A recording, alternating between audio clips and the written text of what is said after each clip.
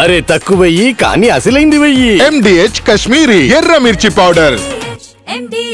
విజయోత్సవాలు కాస్త విషాదంగా మూసాయని సిద్ధరామయ్య చెప్తున్నారు. ఇక విజయవాడ నుంచి 50 కిలోమీటర్ల దూరంలో గొండేపల్లి అనే కుగ్రామం ఒకప్పుడు పచ్చటి భూములతో స్వచ్ఛమైన గాలితో ఆహ్లాదంగా ఉండేది. ఇప్పుడు 15 అడుగులైనా లేని ఆ ఊరి రోడ్ల మీద మనుషుల కంటే లారీలే ఎక్కువగా వెళ్తూ ఉన్నాయి. ఊరంతా పారిశ్రామిక వ్యర్థాలు, గాలి కాలుష్యం, అకారణంగా జరిగే పంట నష్టం, అంతుబట్టని అనారోగ్యం, టోటల్గా జీవన ప్రమాణాలే అడుగంటి కన్నీరు పెడుతోంది ఆ పల్లె. కారణం ఆ ఊరి దరిదాపుల్లో వచ్చిన ఇథనాల్ ఫ్యాక్టరీయేనా? ఇథనాల్ ప్లాంట్లు నిజంగానే అంతటి ప్రమాదకరమా?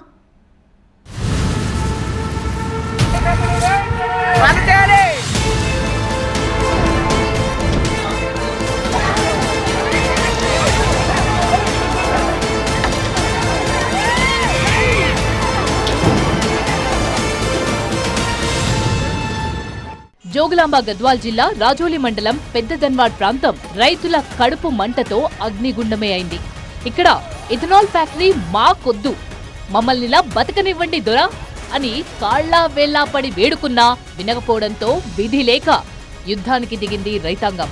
చావో రేవో అంటూ పోలీసులతో ఘర్షణకు దిగేశారు. ఫ్యాక్టరీ పనుల కోసం వచ్చిన వాహనాలు తగలబడ్డాయి. అరెస్టులు చేసినా ఫలితం లేదు. మళ్ళీ ఫ్యాక్టరీ వేస్తే మేము ఎక్కడ ఉండలేము, ఇంకా మేము యాద్ చేసిన పోగలు ఏం లేదు. అసలు చాలా చిత్రమైనది విషయం. ప్రస్తుతానికైతే అది ఫ్యాక్టరీ అయితే ఉండకూడదు. ఆడ ఫ్యాక్టరీ వేస్తే పోలీసులు కేసు పెడతామంటారు, అరెస్ట్ చేస్తామని అంటున్నారు. వాళ్ళంతా అంత చేయకూడదు, మొత్తం మనం అది కూడా మనం చేసుకుందాము.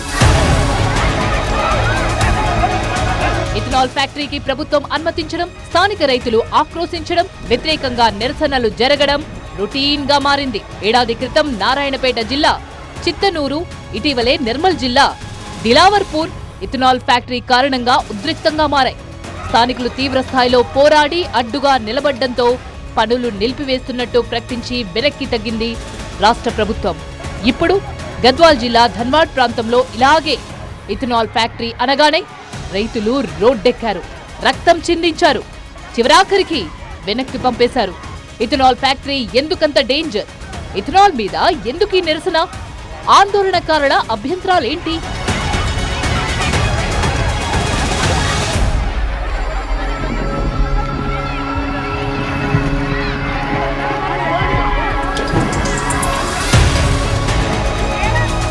ఇథనాల్ బ్లెండింగ్ ప్రోగ్రామ్ పెట్రోలియం దిగుమతుల భారాన్ని తగ్గించుకోవడమే లక్ష్యంగా కేంద్ర ప్రభుత్వం చేపట్టిన ప్రక్రియ. పెట్రోల్లో కలిపేందుకు అవసరమైన ఇథనాల్ తయారీ కోసం పెద్ద ఎత్తున ప్రోత్సాహకాలిచ్చింది. మొలాసిస్ ధాన్యం నుంచి ఏటా 1080 కోట్ల లీటర్ల ఇథనాల్ ను ఉత్పత్తి చేయాలన్నది టార్గెట్. అందులో తెలంగాణ వాటా 43 కోట్ల లీటర్లు. ఈ మేరకు అనేక రాయితీలిచ్చి 28 సంస్థలకు గ్రీన్ సిగ్నల్ ఇచ్చింది కేంద్రం. అదే ఇప్పుడు తెలంగాణ పల్లెల్లో చిచ్చు పెడుతోంది. స్థానికుల ఆందోళన కారణంగా ఇథనాల్ ఫ్యాక్టరీల ఏర్పాటు పెద్ద ఛాలెంజ్ గా మారింది ప్రభుత్వాలకు. ఇథనాల్ ప్లాంట్ కూడా రెడ్ కేటగిరీ పరిశ్రమ కింద పరిగణించాల్సిన అవసరం ఉంది. దీనివల్ల కాలుష్యము చాలా విపరీతంగా ఉంటుంది.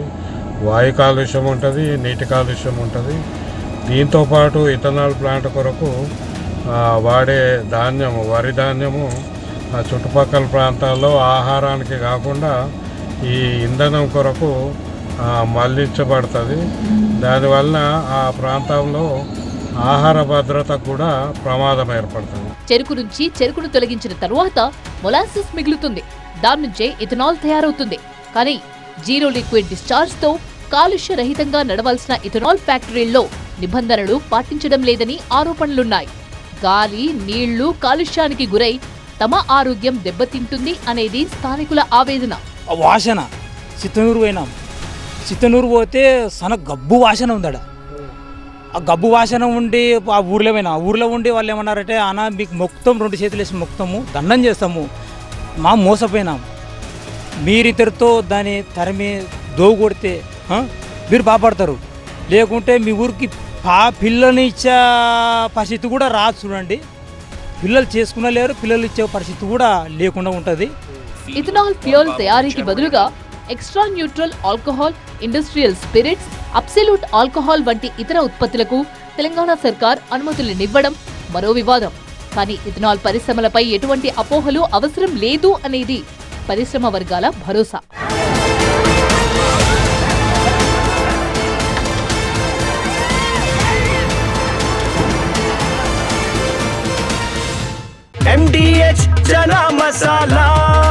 ఇప్పుడు పచ్చ శనగలైనా బొబ్బర్లైనా తెల్ల శనగలైనా నల్ల శనగలైనా అన్ని అమోఘంగా అవుతాయి.